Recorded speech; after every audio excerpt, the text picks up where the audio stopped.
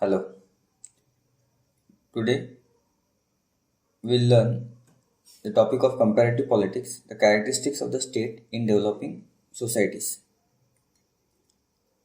Okay, and there's one more part of this, the changing nature of the state in developing societies. There first it is characteristics of state in a capitalist society. Then second is under socialist, third industrialist society, and fourth is developing society is a part of in syllabus of PSIR. Right. So we'll start with the last, that is characteristics of the state in developing societies. Now, what is the characteristics of the state? The first characteristics of the state in developing society is that it is an interventionist state. Now, what does an interventionist state mean? As the name suggests, the interventionist state is a government that actively involves in itself in economic and social affairs of citizens. Now, how it became an interventionist? Because it's a colonial continuation of the colonial tradition, has been aware that in colonial states the government usually deeply involved in economic, social and political affairs of the colonized territories, shaping them according to their interest. Now when the freedom struggle started, the anti-colonial movements aimed to take over what the state apparatus from the colonial masters to govern their own societies and resources. That there is a mere transfer of power. There was not any revolution to change the entire political system. Now, what happened when there was a transfer of power? The nationalist leaders started grounding the state in the civil society, so that the state derives its legitimacy and power from the internal power structures and dynamic of society rather than the external sources. Now, second, first is a mere transfer of power. Second, the national leaders also didn't think of through it. They usually they did they started grounding, they making the state as an integral part of the civil society so that it can gain the legitimacy. Then another important thing was that the civil society was underdeveloped and state was modern. Now what does this mean? This means that the state had the advanced institutions, technologies and administrative systems. They but there might be limited independent civic organizations, grassroots movements, or robust culture of civic engagement among the population. So, because of that, the state has to assume a prominent role in organizing and structuring the society, often filling the void left by the lack of strong civil society. This centrality of state in social formations meant that it played a significant role in shaping and influencing the various aspects of society, including politics, culture, and social norms. So, what happened? Because of this mismatch of underdevelopment of civil society and state, the state has taken a major role of transforming the civil society to adapt to the modern administrative system. How then? Because of it, it started influencing politics, culture, and social norms. Then there was a major responsibility of the state, or the state had a major role to play what reversing the legacy of colonialism. It was believed the state had to involve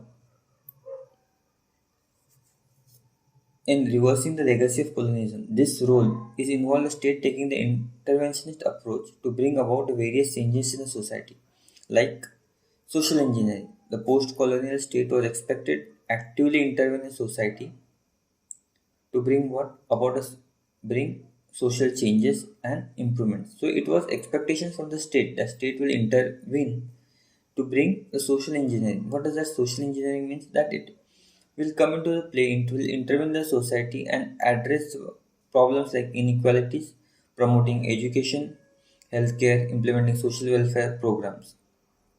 Second, it was a responsibility of the state to bring ethnic homogeneity. See, in many post colonial societies, the colonialism had left behind divisions along ethnic lines. The state expected it to play a role in promoting ethnic homogeneity, fostering the sense of national identity, and unity among diverse ethnic groups. So whose responsibility it was to make the bring homogeneity?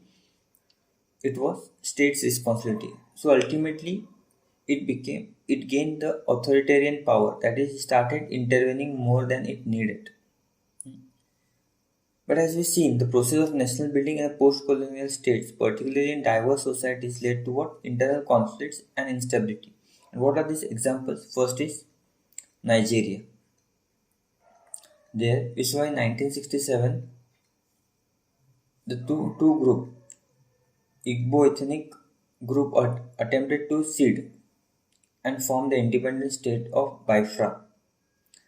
Second, Rwanda, we know that Hutu population tried to kill the minority Tutsis.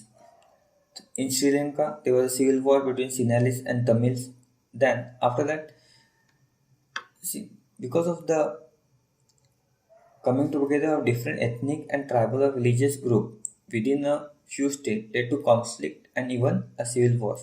Example Sudan, Somalia, Iraq, we seen Afghanistan, where the internal unrest or civil wars have led to the collapse or near collapse of the state. Now, there is also one more responsibility at the state is of what economic modernization. So what how it became interventionist? The state has many responsibilities. First, it has to bring there was a mismatch between the civil society and state. So state was responsible to bring to discard that or to bring the state and civil society at par. Then second, the state had the major role in what?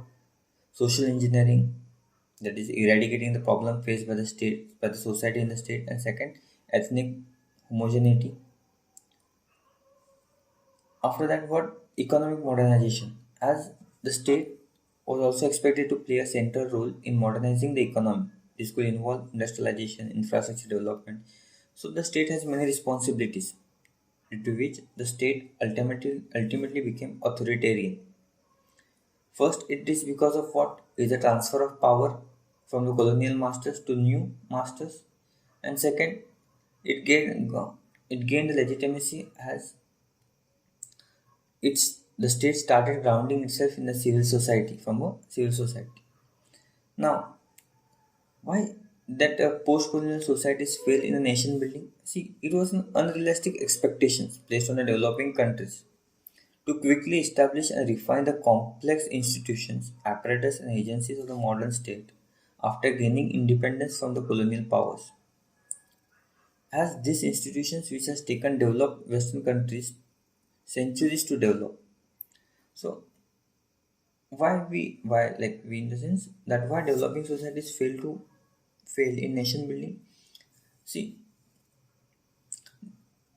from the Western countries had taken the centuries to develop those institutions, but for post-colonial societies, those institutions were external. They were not evolved internally. They were imposed on them. So it was difficult for the post-colonial societies to for the nation building. So because of which the most of times the nation building's efforts has fallen.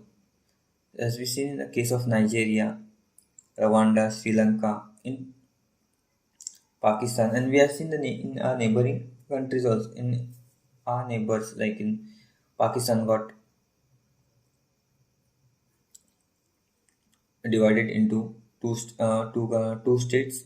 It is for because of the failure in nation building.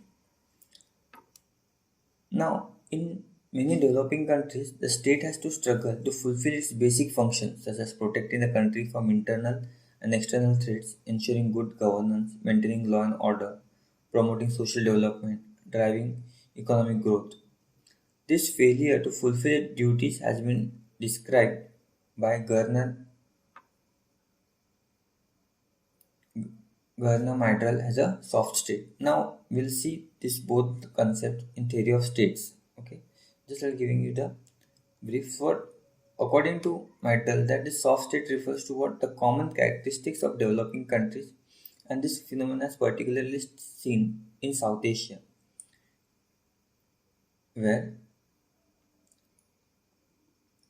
there is a lack of discipline or effectiveness in governance. Now, what the manifest it is because of mainly of two reasons. For first, inability to protect citizens' interests. The state is often unable to protect. Even the state is authoritarian, it was unable to protect the interests of citizens, leading to widespread dissatisfaction and sense of insecurity among the population. And second, low capacity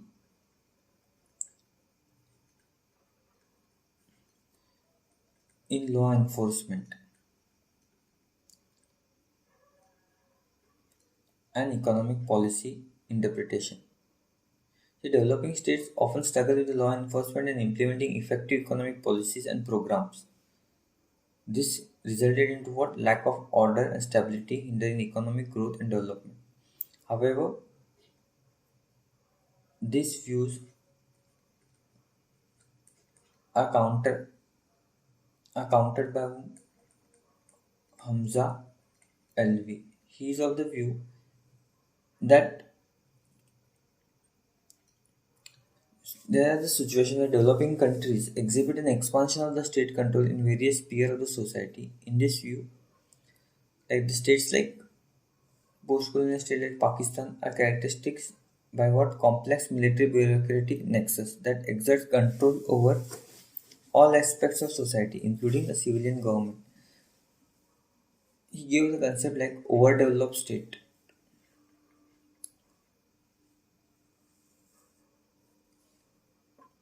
This perspective suggests that what despite the challenges they face in fulfilling the basic function, developing states can exhibit a significant expansion of state authority and control. Similarly, Atul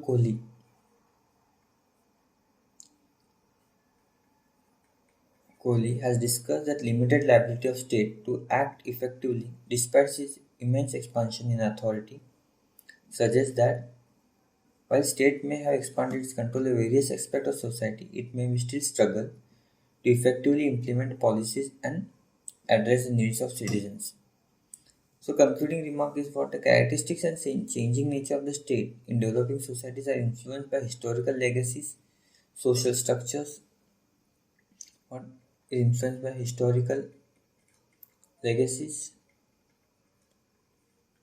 second, social structures, third, external pressure. What does external pressure means? Here, mostly economic policies. Then, understanding this complexity is crucial for developing effective governance strategies and promoting the sustainable development in the countries.